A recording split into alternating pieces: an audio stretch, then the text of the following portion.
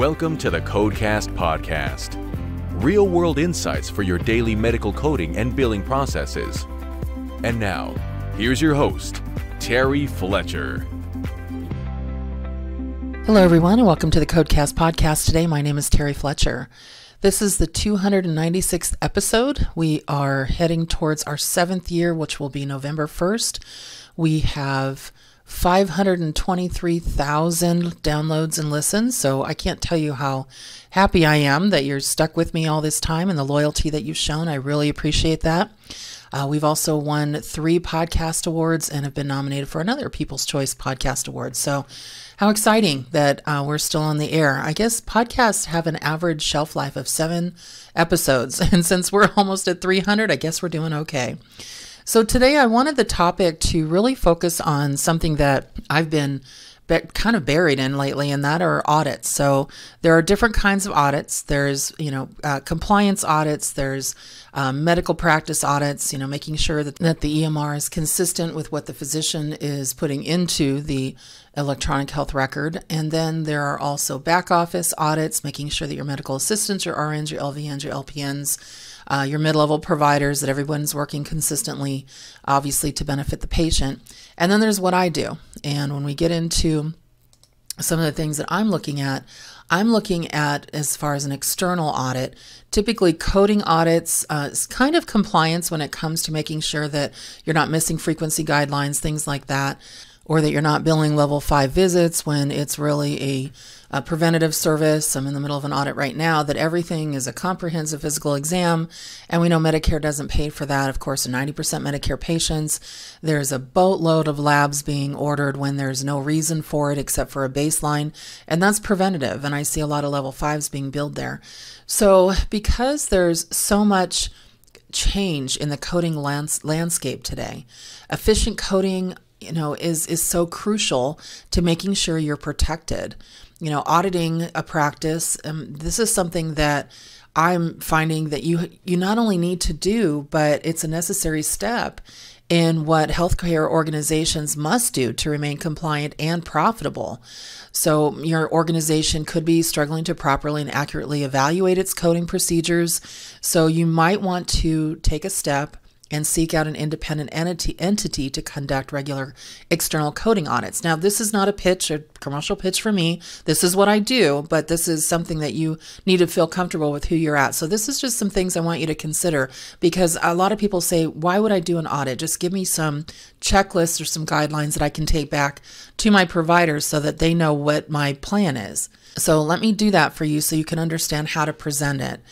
So, when you conduct monthly coding audits, or if you do them twice a year, once a quarter, what you're actually doing is, first of all, you're saving your organization a substantial amount of work, time, and money if you do it externally. They are expensive. They do cost some money, usually an average between, if we do per record price, between $40 to $100. It depends on who you use. But what it does above all else is you'll have the reassurance that your coders are maintaining high compliance standards and accuracy, that your providers are giving your coders what they need for these high standards in coding, but also that the expert you use can tell you if there is a problem with regulatory guidance. Are you, in violation of anything? Is there a problem with overutilization, as I mentioned labs before, or of certain codes? Do you have a flatline coding physician? Are you actually capturing the right services that you're supposed to? I did an audit recently for a spine group, and there was a concern that the doctor was billing flatline level 4s. So they had me look at 100 level 4s. It turned out that 30% should have been level 5s, and 20% should have been level 3s. Now you're probably thinking that all comes out in the wash. Well, actually it didn't. They actually lost about $140,000 by not coding correctly. And so that's how I'm looking at not only an external audit when I perform them, but for me, it's very similar to the Target, Probe, and Educate audits that are out there. Even though if you get a TPE audit from Medicare, they're definitely targeting you and looking for something specific.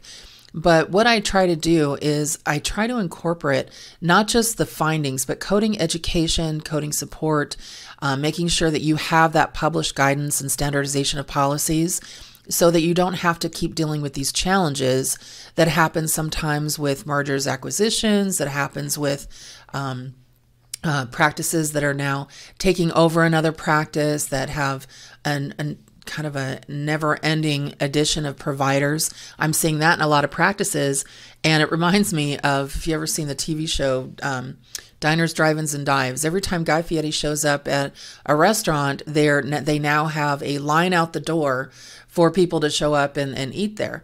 Well, sometimes they can't handle it, and actually it's a good thing when they're thinking, oh my gosh, I got all this business, but it's a bad thing when they're not prepared to handle it. And some of those restaurants have had to close because they just got overwhelmed. And I know that it's tough sometimes when you are maybe providing internal audits within your practice. But internal audits, even though they're great, and I strongly recommend that you do monitor and really keep an eye on what's going on, but internal audits also are usually done by employees, and employees have a different stake in it, where they don't want to upset the provider. They don't want to get the backlash of, that's not what I'm going to do, or I'm not doing it. And it also can also add to provider burnout. So, sometimes internally, where the execution of these audits internal become too monotonous, or you get inaccurate results. Some providers have become too routine or complacent, and we don't have a stake in that. All we want to do is see, are you coding correctly? We do focus mostly on the CPT codes, but we can also do the link to CPT to I-10. But we just want to make sure that as a subject matter expert, whether it be cardiology or gastro or ortho, primary care, telemedicine, I'm just kind of spewing what I do. But some of these things, you just want to make sure that you have somebody that can take all of these things into consideration without fear of a physician basically saying, no, I'm not going to do that. What we do is we try to use our expertise to not only re-educate and assist coders, but also present to physicians on ways to improve documentation. So it goes really beyond the auditing itself, and we try to pinpoint areas of concern that may be overlooked internally. So here's what we do, training and coder development. So because coding is constantly changing, it's extremely important for every member of your coding team, your billers, to change and grow with it. So no matter how seasoned your coders may be, continuous learning, sharpening your skills, and developing new skills will ensure that your team performs at its best. I mean, we're competing right now with also AI services and AI platforms. So we have to make sure that as humans, we're doing the best we can to make sure there's consistency and compliance. So when you outsource your coding audits, again, what are you looking for? You want to make sure that there's, we don't have the concern of any changes that may occur internally within your organization.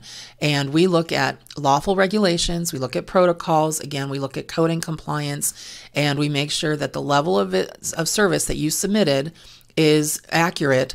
And we do retro and prospective audits, and then also procedural audits, making sure that what you submitted to the payer has the right modifiers on it, code linking, the right line items, things like that. And I have found so many errors when it comes to things that have already been billed. And I'm thinking, oh no, this could be definitely a problem.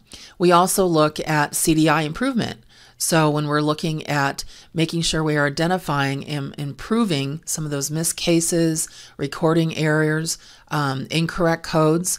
So we're trying to look at what, as a whole, not only are you compliant with your coding, billing, and submissions, but also where are some opportunities for better compliance, education, coder development, physician understanding, and again, clinical documentation, integrity improvement. So just a couple of things that I just wanted to mention, because everybody always asks me, well, what should we be looking for within an audit?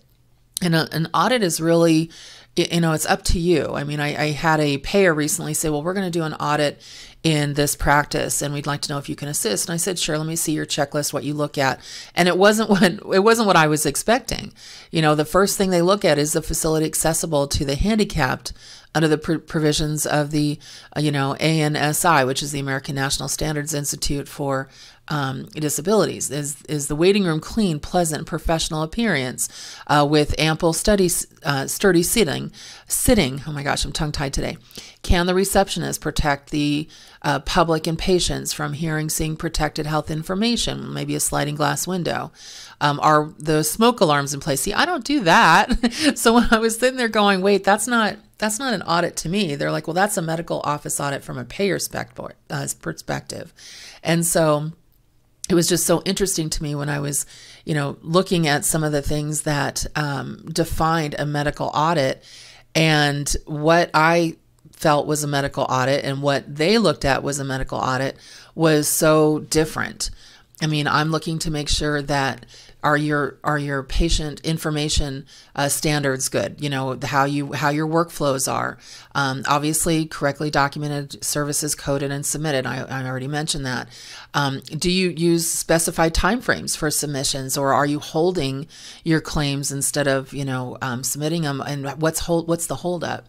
And then HIPAA guidelines. I'm always looking for that.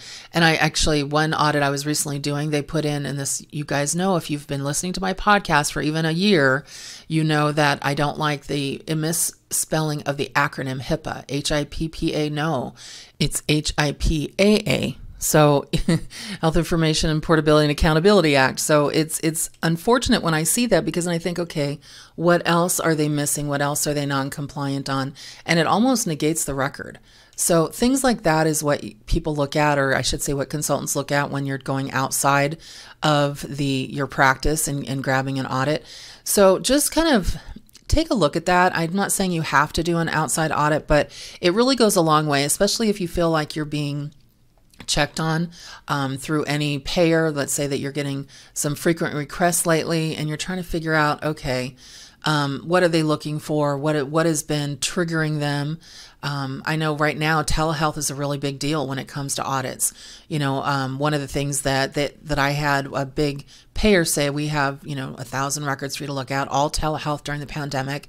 And they're looking at, in what department locations is telehealth happening in the organization? That was the first one. What technology is being used? Do you have a consent form? Those are the top three. And then they look at, how are you authenticating the patient identity before service is rendered? Is telehealth consent form used for all payers and patients, or just Medicare? And then one of the things they were looking at is, do you have availability of telehealth for disabled patients? And most people don't, and you can't give telehealth or distribute it unless you do. You have to have somebody who can sign on the screen in an audio and video. You've got a deaf patient that wants a telehealth visit, you can't do audio only. And so these are the types of things that are being looked at, and money's being taken back if you're not compliant. So understanding what an external audit can bring and how it can actually avoid burnout in your office, just make sure that you find somebody that is a subject matter expert in your specialty. Make sure that they know what they're doing, and ask for a reference if you want that. Also make sure that you know how they're going to give you the results and what standards they're using. And then I think you'll be okay. I would strongly urge you, if you're doing internal audits, to at least do one external, just to see how well you match up against both. Because let's say that you do an external audit and then you do an internal audit, and they're completely different. Also, you have to have a corrective action plan if you see any problems. So, what audits really are, it's an overall monitoring effort. It identifies area of non-compliance, and then now you're forming a basis of corrective actions. And so that's what Medicare audits do, that I do. That's what payer audits, that's what physician audits should be. And if that's not your ultimate goal, instead of just finding money for the physician, I see them doing that all the time, then you're heading in the wrong direction, because the impact of an audit can also be helpful if, let's say that you do have a payer, whether it be Medicare, Medicaid, United Healthcare, whoever, and they see that you are responsible for ensuring that overall monitoring and oversight into your coding, billing, reimbursement, etc. And they see that you do what you have in your policies is mandated audits, not just internally, but externally. That can help you in the long run. So if you get an inquiry, you can say, well, we have an external auditor. This is what they found.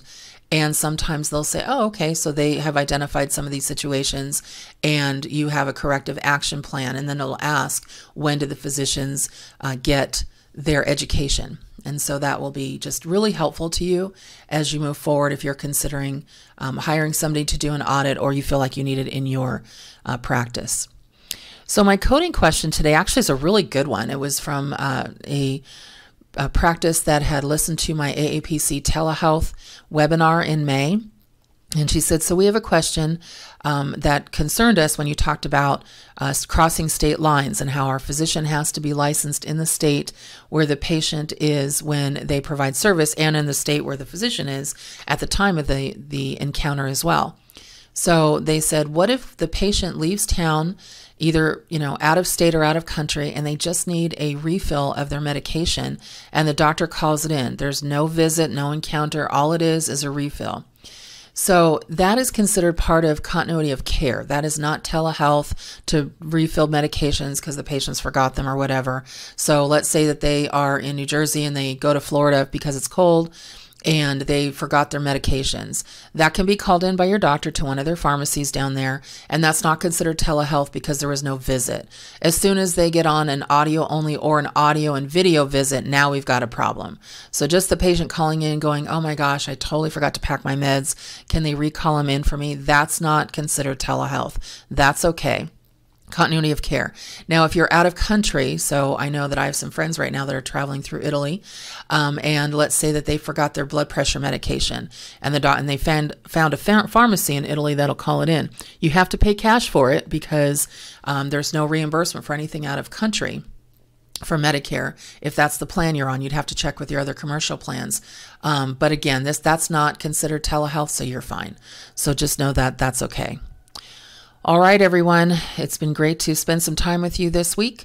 I look forward to talking to you next week when we do our Top 10 Tuesday. And I hope you make it a great day. And thank you for listening to the CodeCast podcast. For more information on medical coding, billing, auditing, and compliance, including how to hire Terry, follow Terry on Twitter @TerryCoder1 or visit her website at www.terryfletcher.net. Podcast producer Joe Kuzma. Music producer Dassassin Music.